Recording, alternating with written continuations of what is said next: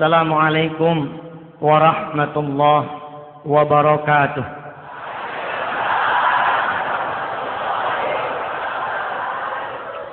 Allahumma salli wa sallim wa barik ala sayyidina Muhammad wa alihi walhamdulillahi rabbil alamin. Pak, kalau Bapak sakit, kemana Bapak melangkah? Ke dokter. Berobat ya. Sampai dokter, tuh dokter kagak taunya malah nanya sama kita. Apa pertanyaan tuh dokter? Sakitnya? Berarti kita datang sama yang kagak tahu tuh. Ya. Buktinya dia masih nanya sama kita. Terus kalau kita punya motor, mobil rusak, kemana kemudian kita datang? Bengkel. Sampai bengkel, tuh bengkel juga malah nanya sama kita. Apa pertanyaan tuh bengkel? Apanya yang rusak? Setelah kita cerita, baru dia bekerja. Terus pertanyaan ketiga, kalau kita lapar, apa yang kita cari? Makanan. Kalau kita haus, minuman. Berarti terakhir pertanyaan kelima, kalau kita punya motor bannya kempes, gitu, kempes. Kemana kita datang? Nah, ke tukang tambal ban. Begitu kenalnya kita dengan tukang tambal ban, begitu kita punya masalah yang ada kaitannya dengan dia, langsung connect ke dia. Apa tuh artinya buat kita? Ini pertanyaan tauhid tuh tadi. Berarti kalau kita punya masalah, kita punya keinginan, kita kagak datang sama Allah, kita tidak menghadap kepada Allah, itu tandanya kita tidak mengenal Allah sebaik kita mengenal dokter ketika kita sakit. Kita tidak mengenal Allah sebaik kita mengenal bengkel untuk motor mobil kita yang rusak. Kita tidak mengenal Allah sebaik kita mengenal makanan ketika kita lapar, minuman ketika kita haus. Dan bahkan konyolnya, kita tidak mengenal Allah sebaik kita mengenal tukang tambal ban buat ban kita yang kempes.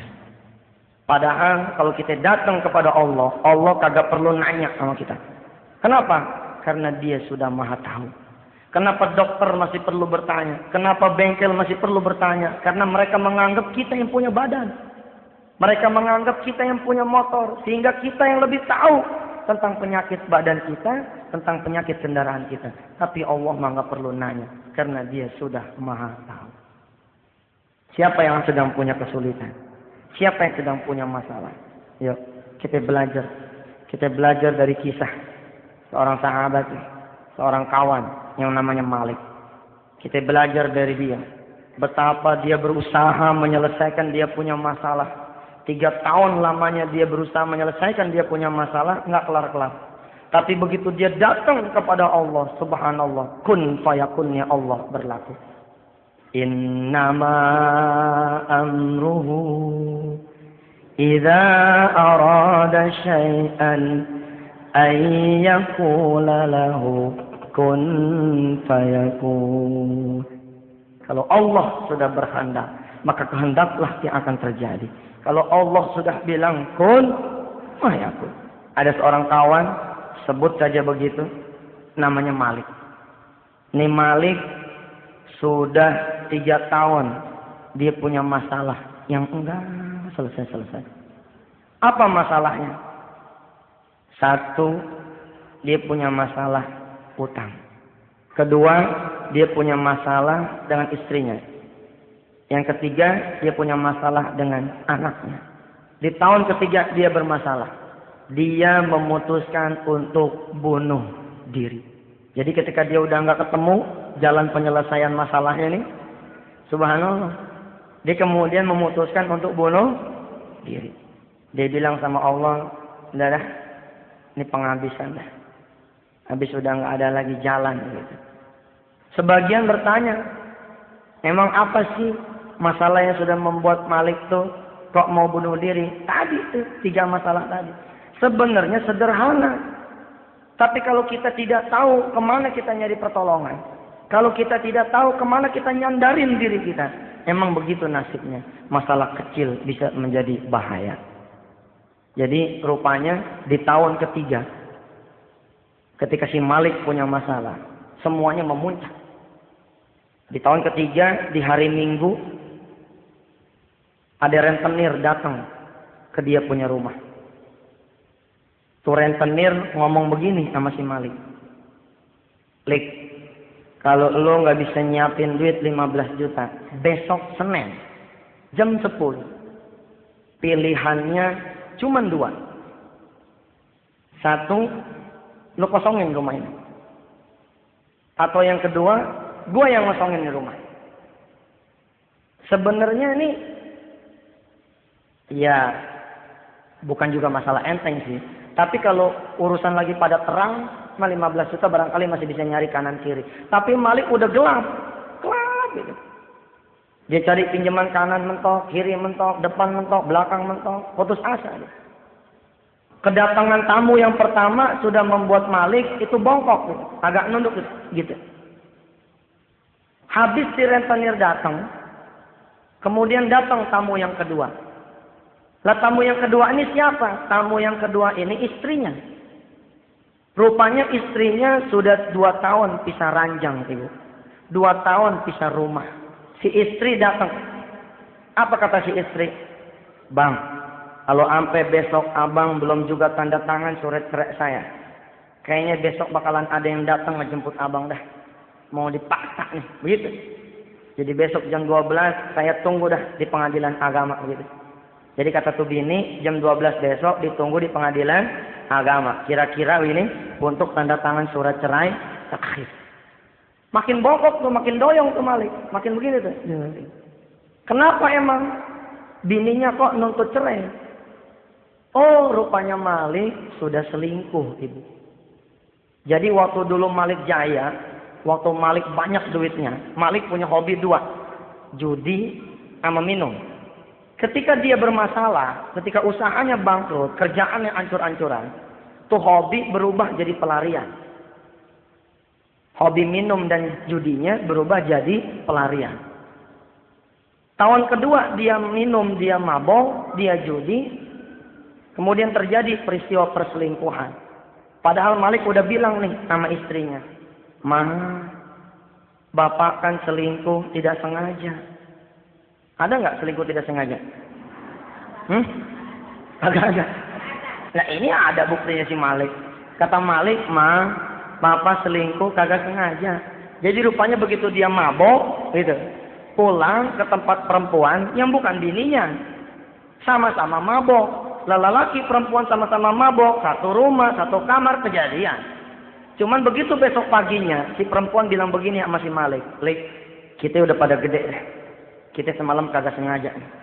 Ya udah, gua pulang, lu pulang. Anggap aja peristiwa nggak terjadi apa-apa semalam. Ternyata 4 bulan kemudian diralat sama nih perempuan. Apa kata si perempuan? Waduh, kagak bisa nih. Ternyata kagak sengaja, jadi juga Willy. Lah bininya tahu, ibu yang dirahmati Allah. Siapapun perempuan, siapapun seorang ibu, siapapun seorang istri, kalau urusan sama suami, urusan ekonomi, banyak yang kuat. Nih. Banyak yang kuat. Kalau udah urusan ekonomi, insya Allah dah banyak yang kuat. Tapi kalau udah urusan perasaan, emang rada-rada nih. Iya kan, kalau suami nggak punya beras di rumah, istri dicolek nih. Nah, ngomong gitu deh ke mertua. Bilang pinjem beras. Maju tuh istri. Istri maju, minjem beras, minjem apa gitu. Laki butuh modal, bini dicolek. Nah, kemana ya kita minjem duit buat modal? Jalan tuh istri. Pasti dia maju buat sang suami untuk nyariin modal. Di depan ada yang ngetok pintu. Si suami tahu yang ngetok yang nagih utang. Tuh bini dicolek. Bilangin dia, bapak nggak ada. Masih mau tuh bini bilang berbohong buat si suami. Tapi kalau udah urusan perasaan, kagak dah. Jadi begitu ketahuan, apa kata bininya? Langsung ceraiin saya aja deh bang. Gitu. Siang itu dia datang tuh, hari Minggu. Dia ngomong, bang besok jam 12 saya tunggu di pengadilan agama. Udah. Ba'da asarnya, anaknya Malik yang kecil yang datang. Pulang dari main bola. Ini Malik punya 2 anak ibu. Malik punya 2 anak pak. Yang pertama namanya Rifki bin Malik, ikut sama dia. Yang kedua yang kecil. Nah yang kecil ini ikut istrinya. Nah yang pertama nih pulang main bola nih, ba'da asar. Apa kata nih anak? Pak, besok saya udah nggak bisa sekolah. Kenapa? Ya bapak lupa bayaran. Udah hampir 7 bulan nih belum bayaran. Seorang ayah kalau nggak bisa ngasih jajan anak, seorang bapak kalau udah nggak bisa bayarin anak, nyesek tuh. Betul Ji? Kita nih anak lain pada jajan, anak kita datang ke kita, minta duit, kita lagi nggak ada. Hati nggak keruan, itulah hati seorang ayah. Begitu juga Malik. Begitu ngedenger nih anak nggak bisa sekolah, besok langsung tuh sesek dia. Sehingga ba'da Isya, malamnya tuh malam Senin dia memutuskan say goodbye dah sama dunia.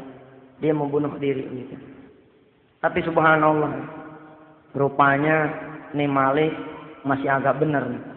Iya, masih ingat sholat gitu. Jadi begitu dia mau bunuh diri, ingat dia belum sholat.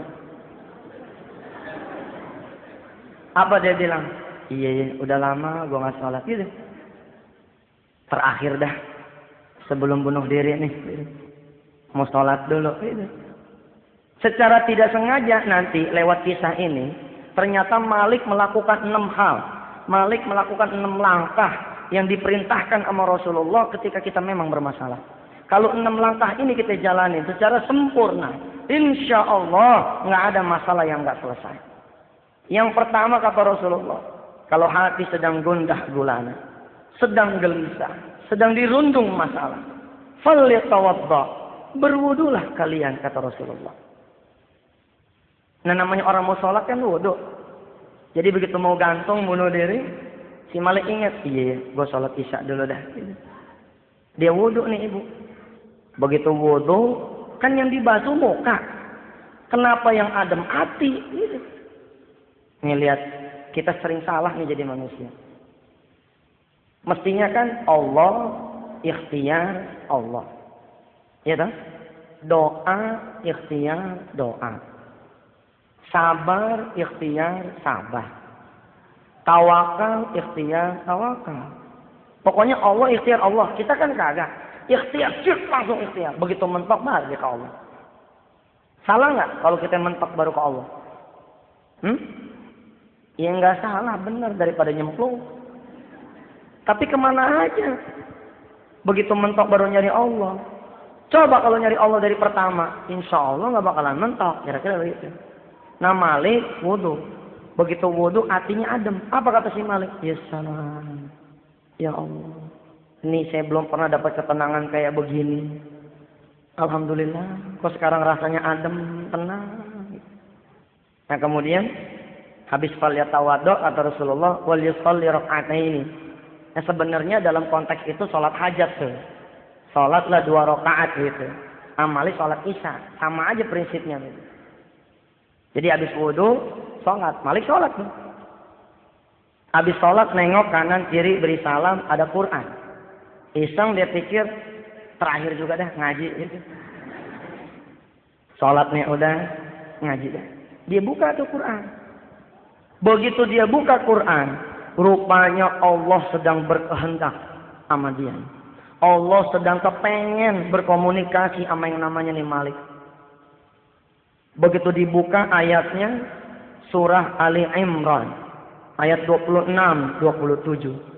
Qulillahumma malikal mulk tu'til mulka man tasha wa tanzi'ul mulka mimman tasha wa tu'izzu man tasha wa tuzillu man tasha biyadikal khair innaka ala kulli syai'in qadir.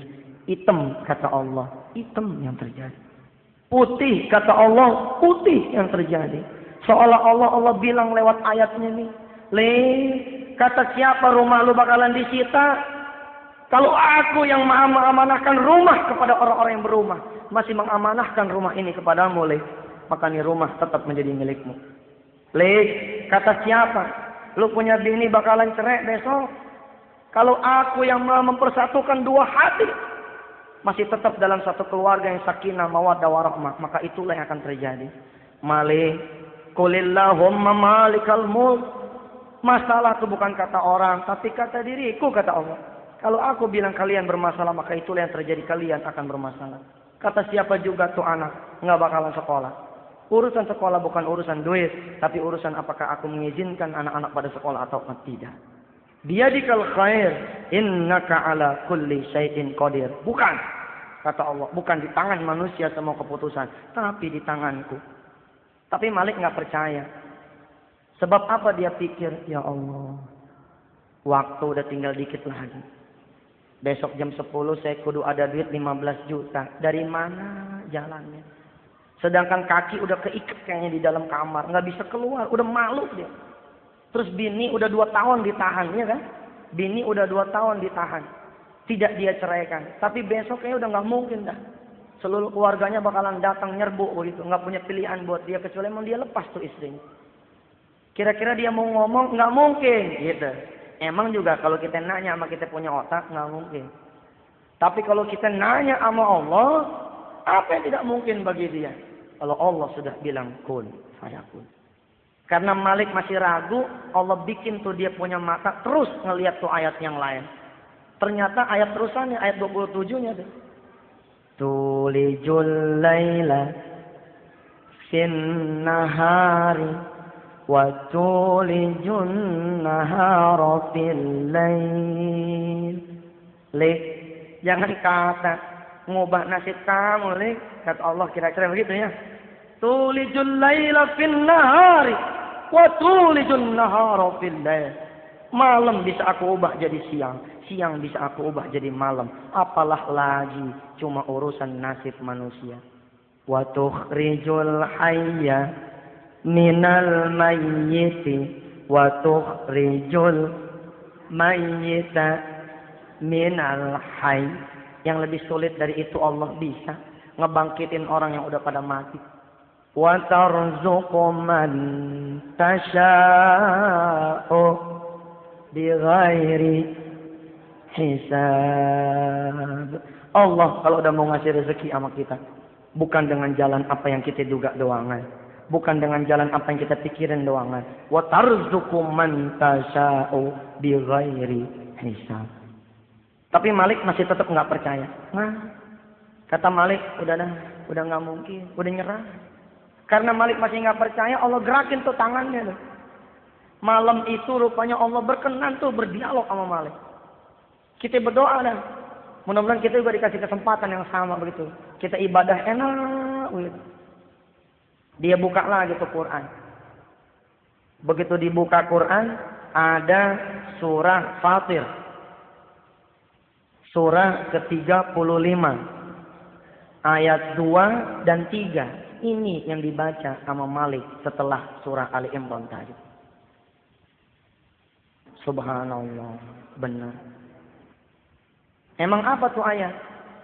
Ma yaftahillahu linnasi mir rahmatin fala mumsika laha wa ma yumsik fala mursila lahu min ba'di wa huwal azizul hakim. Malik, udah dah kata Allah. Belum tentu tuh keburukan terjadi, sebagaimana belum tentu kebaikan terjadi kalau aku tidak menghendaki. Sudah. Wa huwal azizul hakim. Allah Maha Perkasa lagi Maha Bijaksana. Ya ayyuhan nasul kuru ni'matallahi alaikum hal min khaliqin ghairullahi yarzuqukum minas samai wal ardh la ilaha illahu la ilaha illahu fa anna tufakun. Ya ayyuhan nasu dzkuru ni'matallahi alaikum. Manusia, kata Allah, ingat dong rizki yang aku berikan kepada kalian semua. Ibu, bapak, coba semua pegang kuping masing-masing. Ayo. Semua pegang kuping masing-masing. Pakai tangan kanan. Iya, pegang. Tarik sampai berasa panas. Iya bener. Ih, bandel. Angkat. Tarik ke bawah. Tarik. Berasa nggak? Berasa. Terus tangan kiri. Tangan kiri tarik kuping kiri sampai berasa. Nah, pernah nggak minta telinga yang bisa mendengar? Kagak. Kenapa? Karena kuping kita dikasih udah bisa ngedengar. Apa kata Allah tuh? Ya ayuhan nasu dzkuru ni'matallahi alaikum. Kalau terhadap yang kalian tidak minta, aku bisa memberi. Kenapa lagi terhadap yang kalian minta, aku tidak bisa memberi. Hal min khaliqin ghairullahi yarzuqukum minas sama'i wal ardh. Lagian emang ada, kata Allah.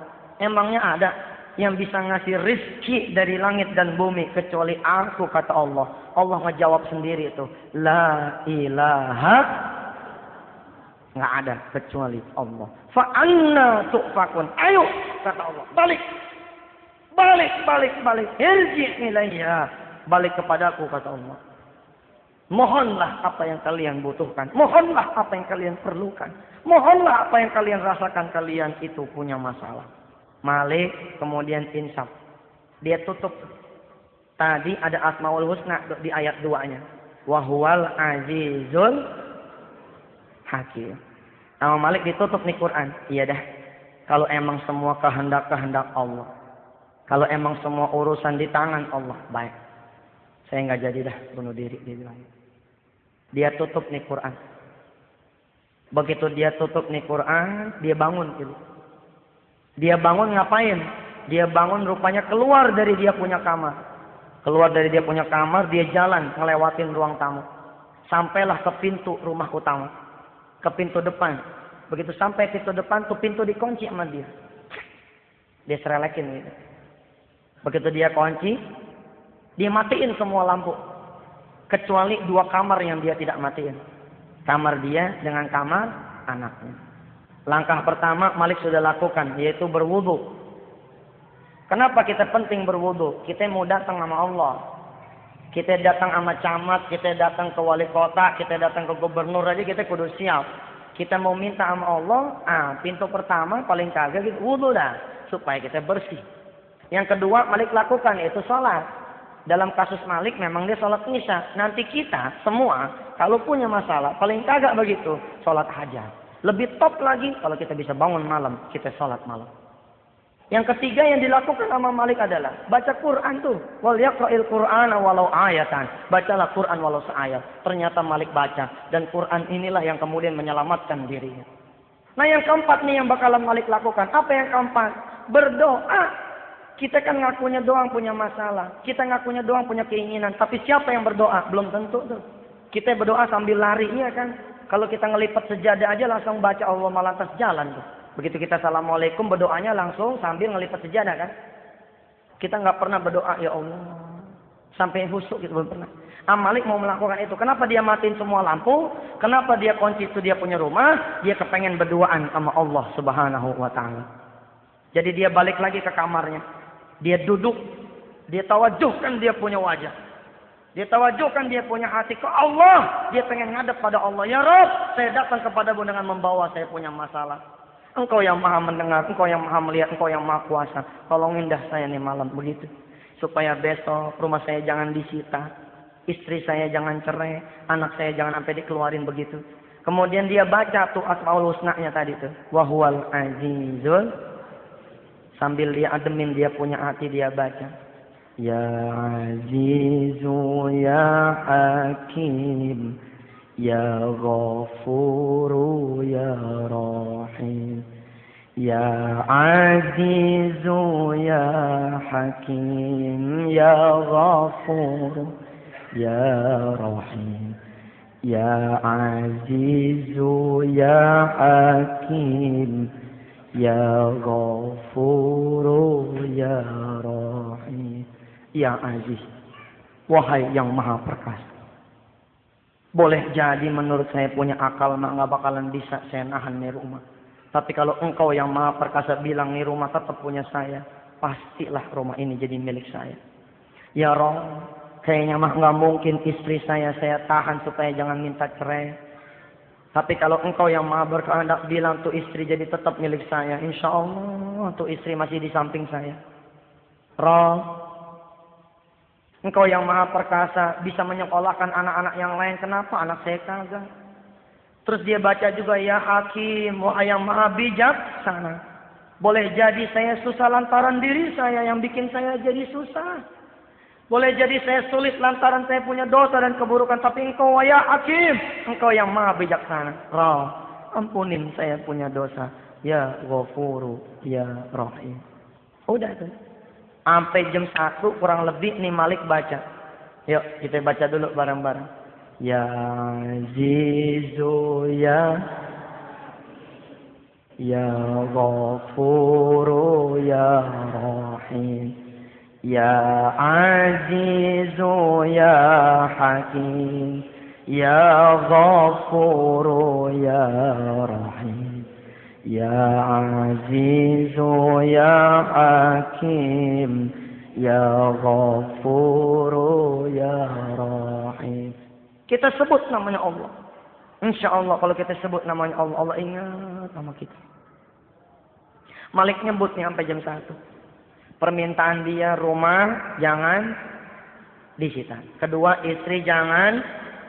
Yang ketiga anak jangan dikeluarin. Begitu jam 1 mata dia pedes. Begitu dia pedes dia wudhu lagi. Begitu dia wudhu dia baca Quran lagi. Begitu baca Quran, kali ini yang dia baca ayat tentang pasrah. Kali ini yang dia baca ayat tentang pasrah. Kalau sudah berdoa, falyatawakkal 'alallah, maka berserah dirilah kepada Allah. Emang apa yang Malik baca? Yang Malik baca surah At-Thalaq ayat 2, ayat 3, ujung ayat kedua. Wa may yattaqillah yaj'al lahu makhraja wa yarzuqhu min haitsu la yahtasib wa man yatawakkal 'ala Allah fa huwa hasbuh innallaha balighu amri qad ja'ala Allahu likulli syai'in qadra wa man yattaqillaha yaj'al lahu makhraja. Tenang lek kata Allah. Yang penting masih itu bertakwa kepada Allah. Pelihara diri sesudah berdoa ini. Insya Allah yaj'al lahu makhraja. Allah akan ngasih jalan keluar. Wa yarzuqhu min haitsu la yahtasib. Allah bakal kasih rezeki dari jalan yang tidak pernah dia duga. Wa may yatawakkal 'ala Allah. Dan barang siapa yang bertawakal, berserah diri kepada Allah, fahuwa hasbuh, Allah yang akan urus. Innallaha balighu amri, qad ja'alallahu likulli syai'in qadra.